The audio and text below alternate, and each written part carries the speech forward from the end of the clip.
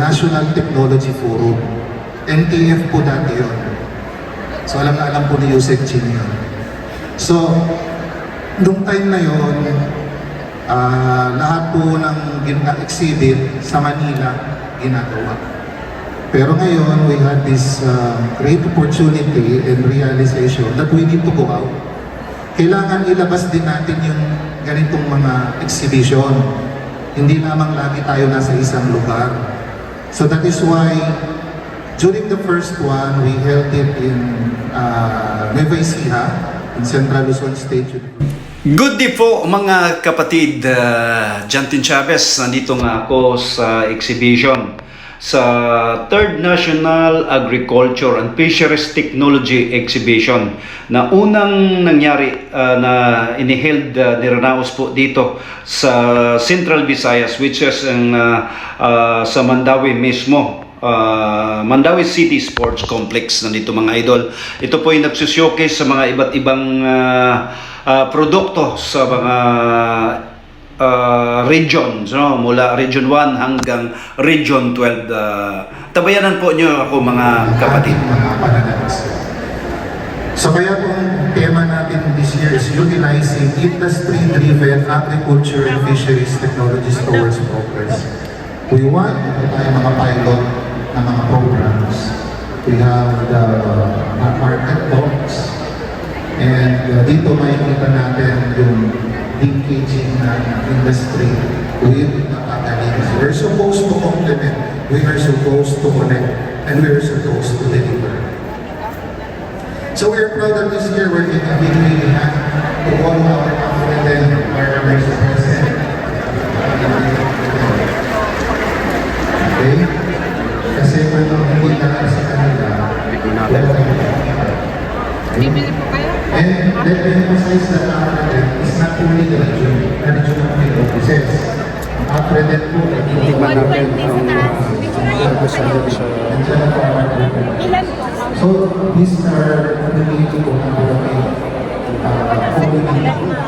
in all regions. Fairness, ang tamis, no? So, represents your presence, majority innovations na quality awards with national Eastern Visayas. regional development goals. So later, we will bear witness to the launching of an initiative spearheaded by which the Philippine Sustainable Initiative. It's a platform that we facing institutionalization of SSP, leading to bigger programs. It's not only a session of innovation, this is the participating in my own. So later, we see the evolution. Brother, may buntag niya. Usap ni siyang Sour agent, Batwan. Batwan, sir. Batwan. Pampaasim. asim. Ano, pampaasim yan. Karon pa ko nakakuha na ning kuan nada. Pwede. Pwede na. Nabalik. Asa gani sa kuan? Western Visayas kami, sir. Eastern Visayas, particular ni Cross. Ini Iloilo, Negros, Aklanan, Ilbigi, para ano yan. Pero kuan po kita ni Cebu. Wala, sir. Dito rin Dito lang, sir. Mga ano yan, mga Wala po daw. lasang sir. Lasang, no? Lasang. Kalasangan, native. Sa Iloilo sa itawag gani? Batuan. Batuan. Ito, sir. Batuan. Batuan, no? Batuan. Mayo ni siya sa Kinuwa, no? Yes, sir. Pampaasim. Dito pala si Ma'am, gahaw na to. Sa kuan ka Ma'am, representative sa Ito sa DA kami, sir. Department of Agriculture. yun, si Ma'am Nora. Nora, si Ma'am Nora, at saka si Local Gen, Local basket. Chen. mayong Adlaw. adlaw sa inyong kanyang Aga. sa inyong duha. Dahil kayo salamat sa pag-participate, no? Thank Sa you, sir. 3rd Agri, sa isa. Agri, National Agricultural Fisheries Technology Ayun, Exhibition. Bali ma'am, sa may inyong particular promote na kuan. Ito talaga, sir. Gini, no? Ito Batuan. talagang Batuan. Batuan. Pwede siyang gawin jam, pwedeng powder. Ito kasi, sir, pinaka-souring agent namin sa Western Visayas. Hindi kami gumagamit ng mga sampalo o iba pang souring agent. Ito talaga sa tinola, sinigang, particularly sa kansi, dinaga. Yun, ito talaga Pero pangpasin namin. available kami sa market. Online pa. Ilang sa ingon ani? 100 grams is 280 pesos. 280. Ayun no, mga kapatid, no? 2 by 280. Meron kayong panghalo, papaasim, no? Paasim. Papaasim sa mga tinola or isda, karne. Karne, Oo, yes. Ano siya, oh. Ito rin siya. Ganyan din siya. The same lang yan, sir. Ayun. Ma'am, daghang salamat sir. Yes po. Salamat, Yes, no? sir. Thank you so much, sir. Thank John, you. John Chavez. Hello. Say Salamat. thank you, thank you.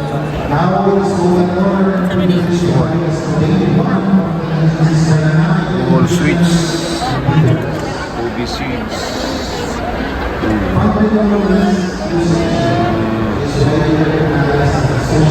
Sayuti.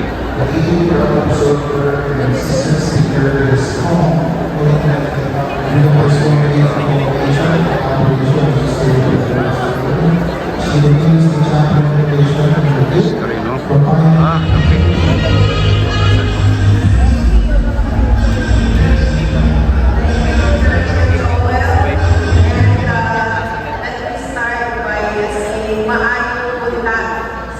I would like to thank, of course, our dear friend Mayor,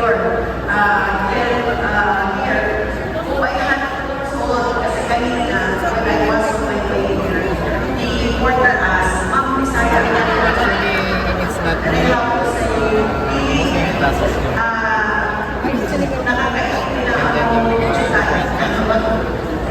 But since I have to check my Bisaya, for quite some time, I've been studying my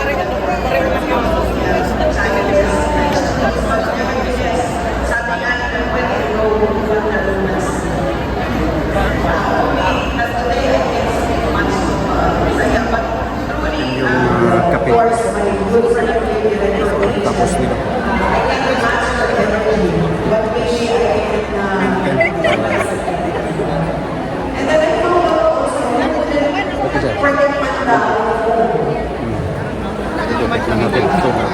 very important in commercializing output of our research and innovation.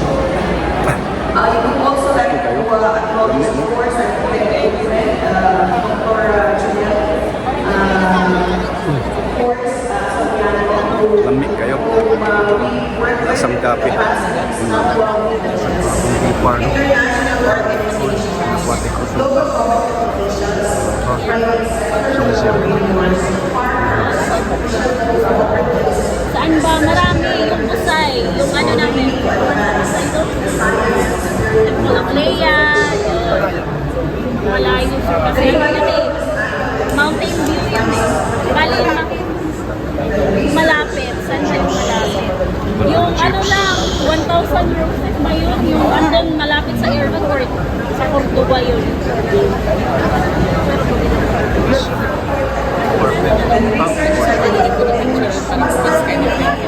or the technologists we have developed over the years must reach the ground to provide localized solutions, to encourage the culture of innovation, empower farmers and fisheries institutions, to boost productivity towards inclusive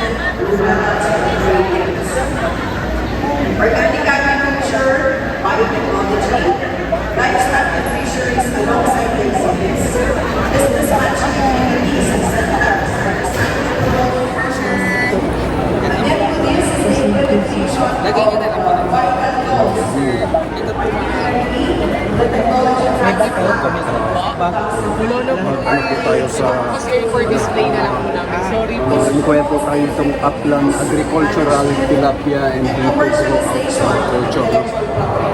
Ang ganda po. Technology generated from gold. Ayun mga kapatid, una-una sa lahat, magandang umaga sa inyo dalawa. Si Audrey Pacliver from Jennifer Team. Mga kapatid, ito po sila yung mga exhibitor dito sa Department of Agriculture. Tanong natin sa YouTube, no? Yung sa, ano po nyo sa YouTube? Yung YouTube po namin is NFRC. Dito.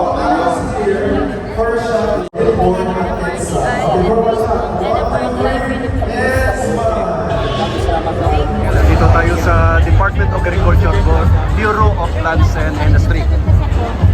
Sa atin natin itong exhibitor, isang exhibitor.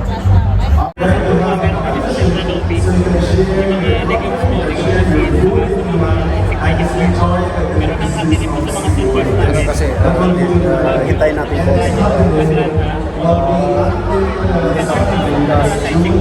Dinedevelop po kasi namin yung central. Unlike our others, our local media friends here in Cebu, we have treated ourselves, we have got them admired, this is the video of applause. Thank you for coming to receive it. And just a friendly reminder, please stay.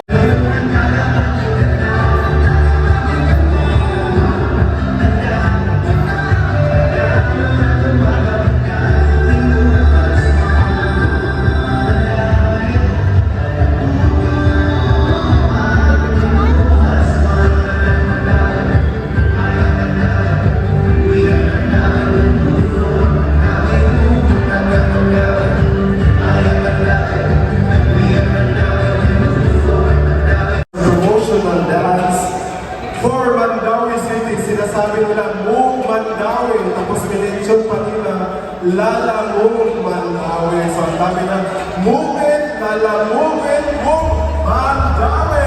So palakpakan sa mga dance. May present to you, Darren Kapatangka. Ano ba yun, sir?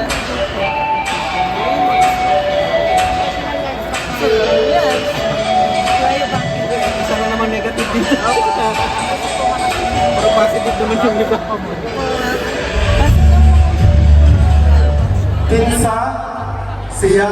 In Tagalog, ano yun? Dito tayo sa mga kaano natin, mga bulano, no? Sino siya? Sa Tagalog version, sa Tagalog, Gawa ng Obi, Bohol Purple Woman. Purple. Kaso lang, hindi sila naka-purple. Ano yung tilawan bilang lalaw na to si ma'am sa ka-exhibitor. Ma'am, may kontak. Pinitanan pagpigit sa Bohol. Ini particular sa Bohol. Ang tagbilangan is small. Kasama niya na ma'am? Kaming kasama. Kasabak. Cake. Kasaba. Kasabak ini. Atong tilawan mga igsoon. Lamig pa. May kasama. May kasama. Ladies and gentlemen, let's watch the video to learn more about this. Umme kayo eh. Murag na ay ganang pin na nuts mani wala. Murag mag no. Sabaran na ako. In fairness mga lami kayo no. Lami kayo. Buat mamo.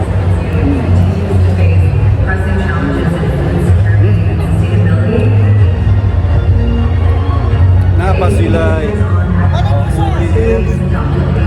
Dari itang palitsan. Wala mo sa gawas.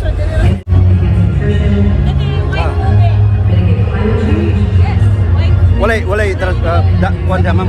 Ako lang. Nay. Obi, okay ni? Obi jam. Pure ube. Yeah. Obi jam.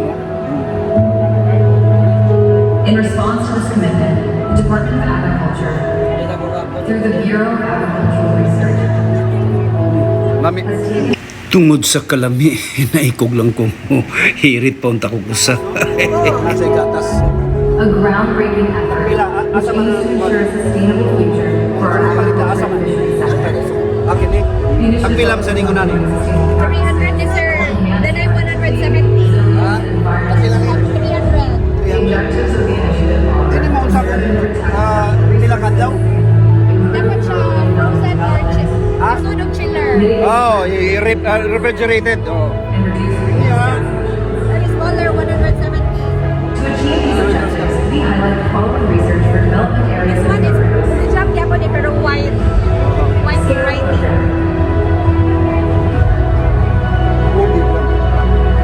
Upland Farm Program. Kay lagi bulanon man akong inahan, ako ning suportahan atong palitan og usa ka Obi Jam mga igsoon. Ang mga taga Bunsi.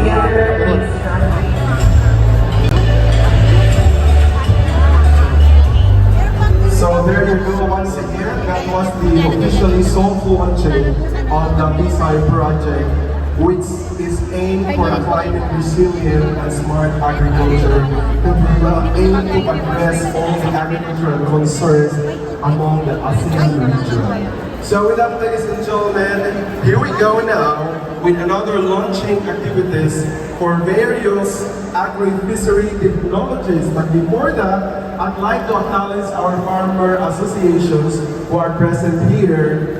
And by the way, are the technologies that we will officially launch. I would like to start with the improved NSIC RC222 lines with intermediate amylose. To do the honor, please help me welcome Dr. John Dami Platten of the International Rice Research Institute. Let's give him a round of applause, please.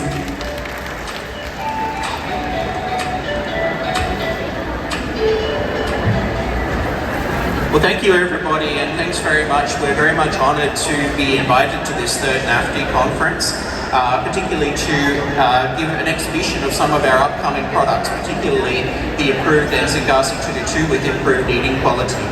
And this is a collaborative project between IRI, the International Rice Research Institute, the University of Philippines in Los Baños, and Phil Rice. And we're very grateful to DA Bar for their financial support to help the production of these lines.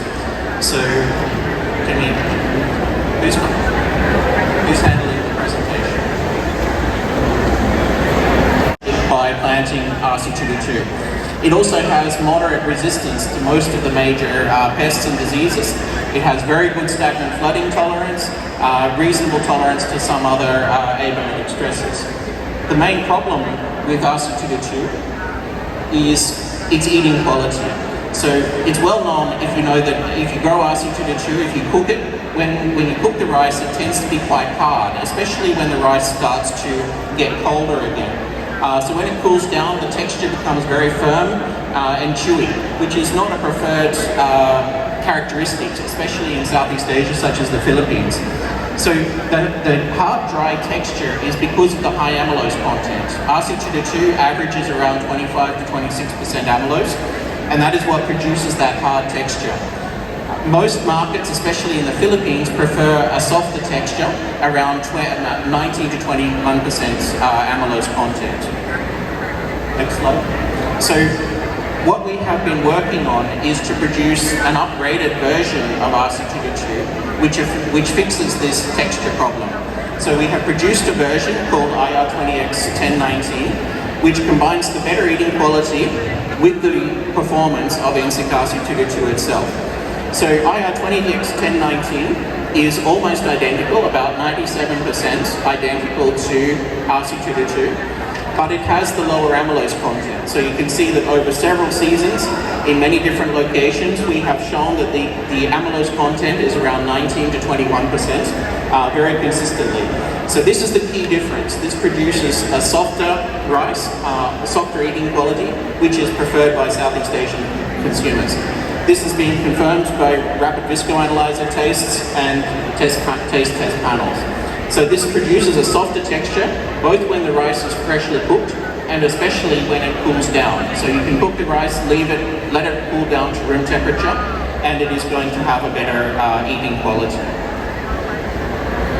Looking at multi-location trials for agronomic performance, these have been conducted by Phil Rice in the 2024 wet season. These show that the improved RC222 has the same or possibly even slightly higher yields across nearly all locations. So we have not lost any of that famous performance of RC222, but we have the improved eating quality. The key agronomic traits remain the same: the plant height, the flowering time, the grain size and shape, disease resistance. All of these are the same in IR20X1019 as in RC222. The difference, of course, is the eating quality.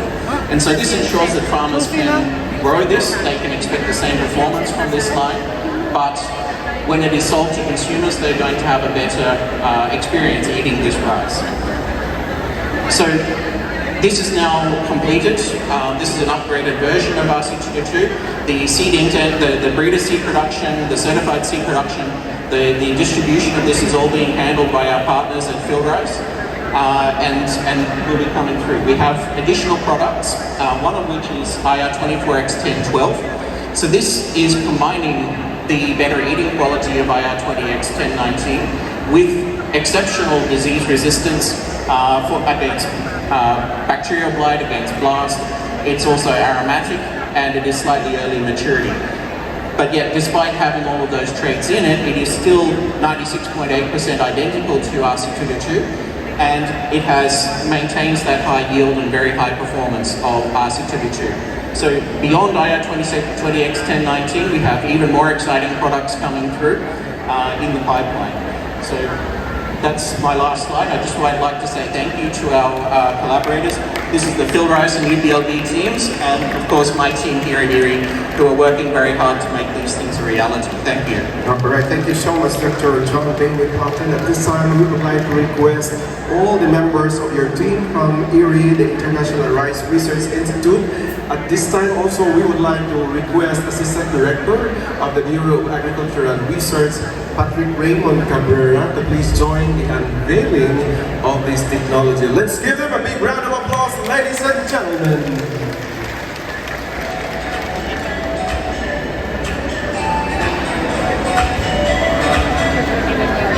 And of course, we have our director.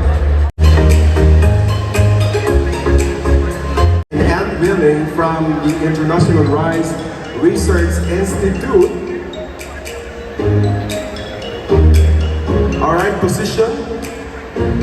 And now let's count 1, 2, 3, and this technology will be unveiled in 3, 2, and 1. Here we are, guys.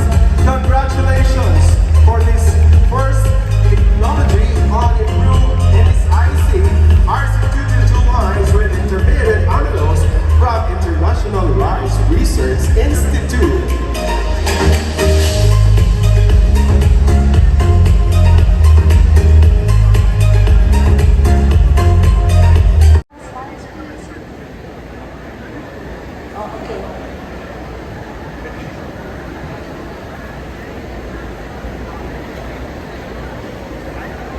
The pictorial guide for the identification of rice diseases and pests. This guide is the output of the project, which is named Development of an Innovation System for Climate Smart Pest Management, or CSPM for short. It is funded by the Bureau of Agriculture Research, and we are very glad to be able to have the chance to work with the Philippine Rice Research Institute and the Bureau of Plant Industry in implementing this project. Next, please.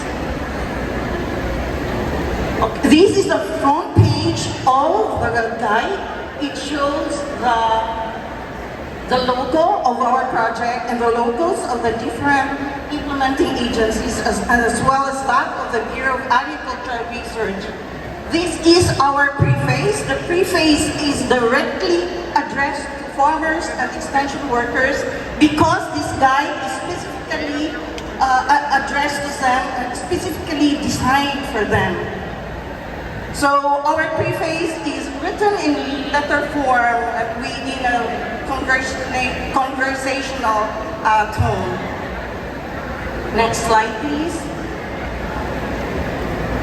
The different categories are presented into, the different entries are categorized into 3 categories: diseases, insect pests, and nematode. We wanted to include weeds, but Phil Rice has come up with its own booklet on weed identification.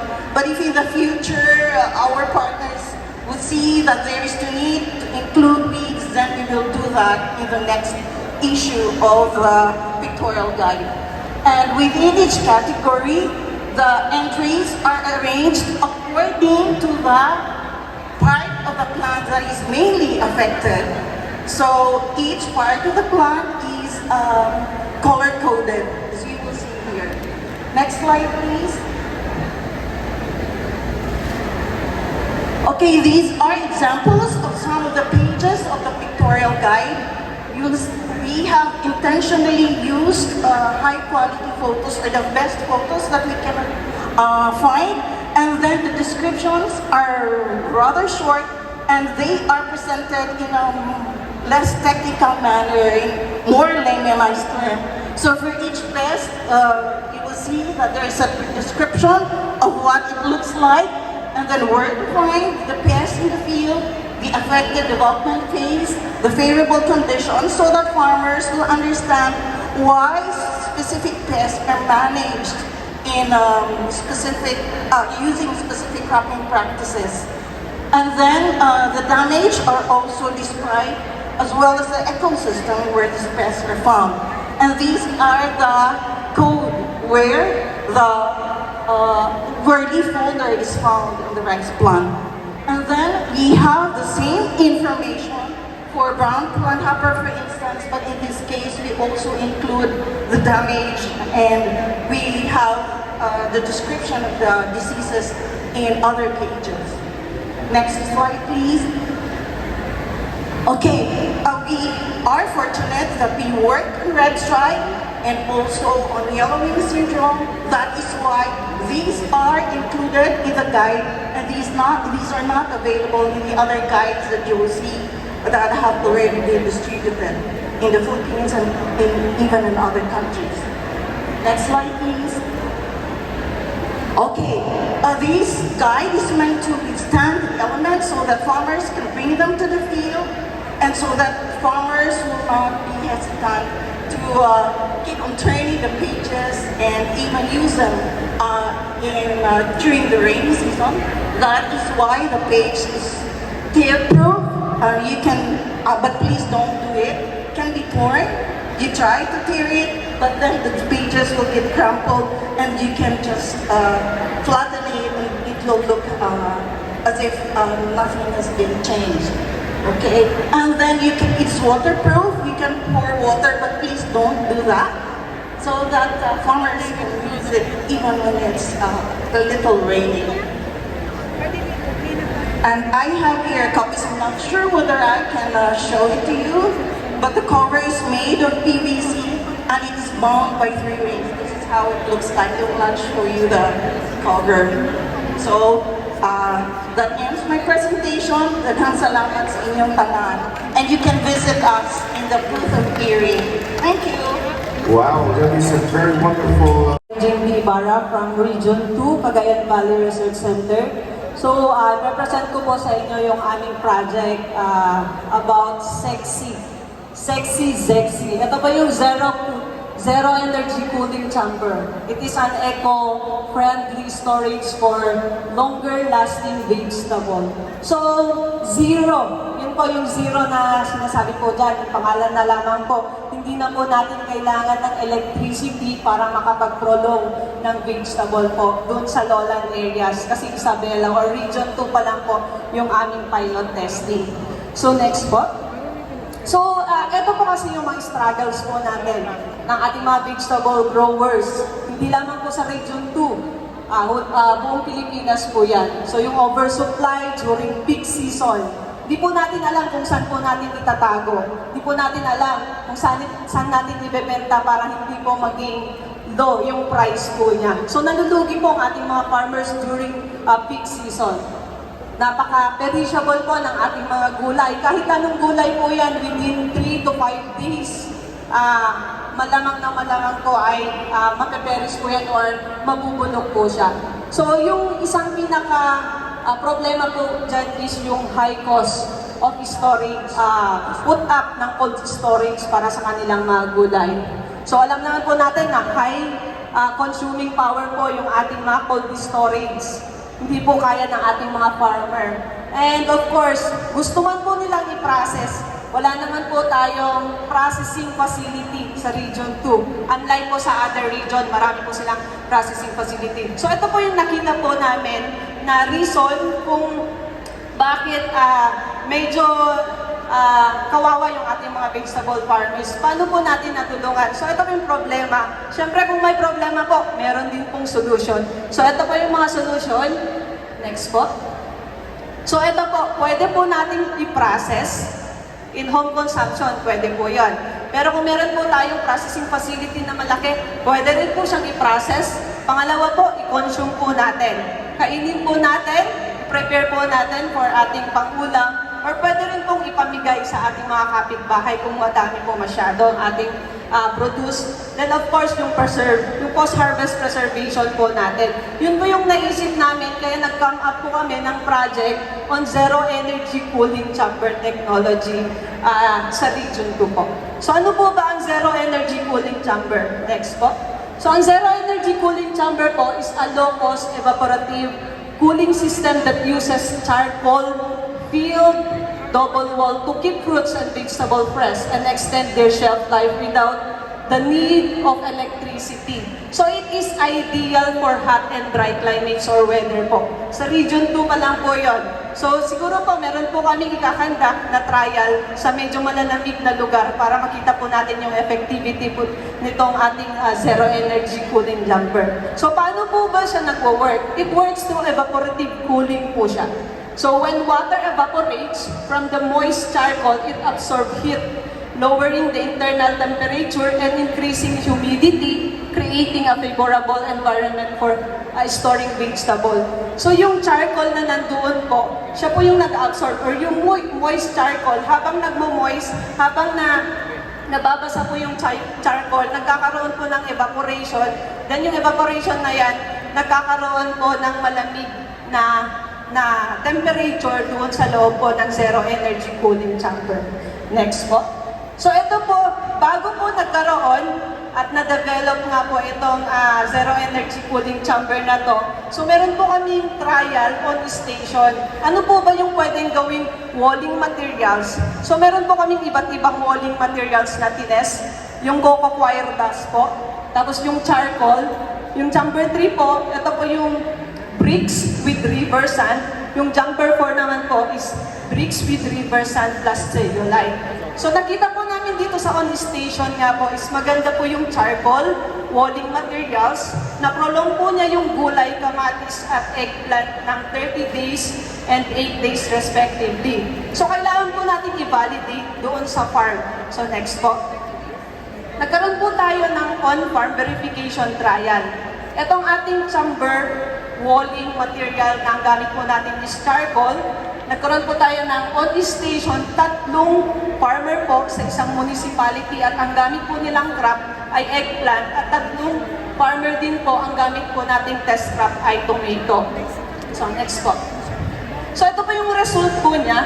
Yung charcoal walling, ZEXI po natin, significantly lowered temperature from 5 to 10 degrees Celsius and maintained high humidity na favorable po sa ating mga vegetable for storing.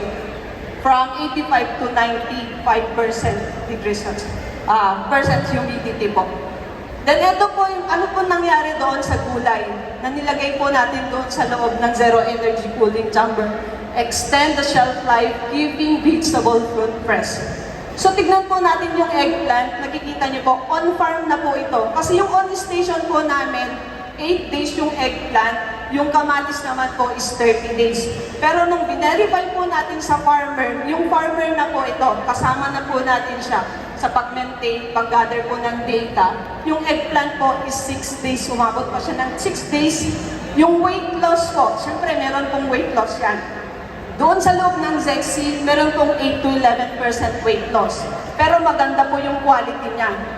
Doon sa labas ng ZEXI, 19 to 20% weight loss. Pero tignan niyo po yung kanyang appearance. Hindi na po siya nabibili ng mga farmer or ng mga consumer po natin. Dito naman po sa tomato, 20 days po. After 20 days, yung weight loss po niya doon sa loob ng ZEXI is 7 to 9%. Doon sa labas ng ZEXI is 15 to 18%. So bakit 20 days? Unlike doon sa on-station is 30 days. Kasi po yung farmer po natin, binili po niya ng 5 pesos yung kanyang tomato. After 20 days po, naging 18 pesos to 21 pesos. Kailangan na natin ilabas, baka bababa ulit yung presyo. Kaya nilabas po ni farmer yung kanyang tomato at binenta na po namin.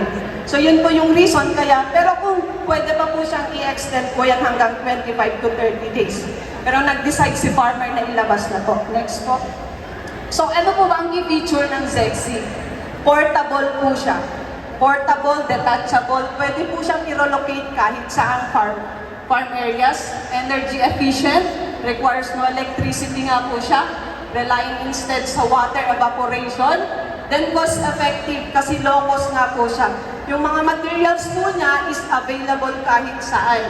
Then deep water system, kailangan po yun. Yun po ay ensure optimal humidity and lower temperature para sa ating storage. Next po. Then yung benefits po ba? Ano po ba yung benefits? Maintain the quality of perishable produce, reduces spoilage and waste, and also provide farmers with an affordable and sustainable storage option. And also, ito po yung pinaka-importante, increase farmers' income by reducing post-harvest loss.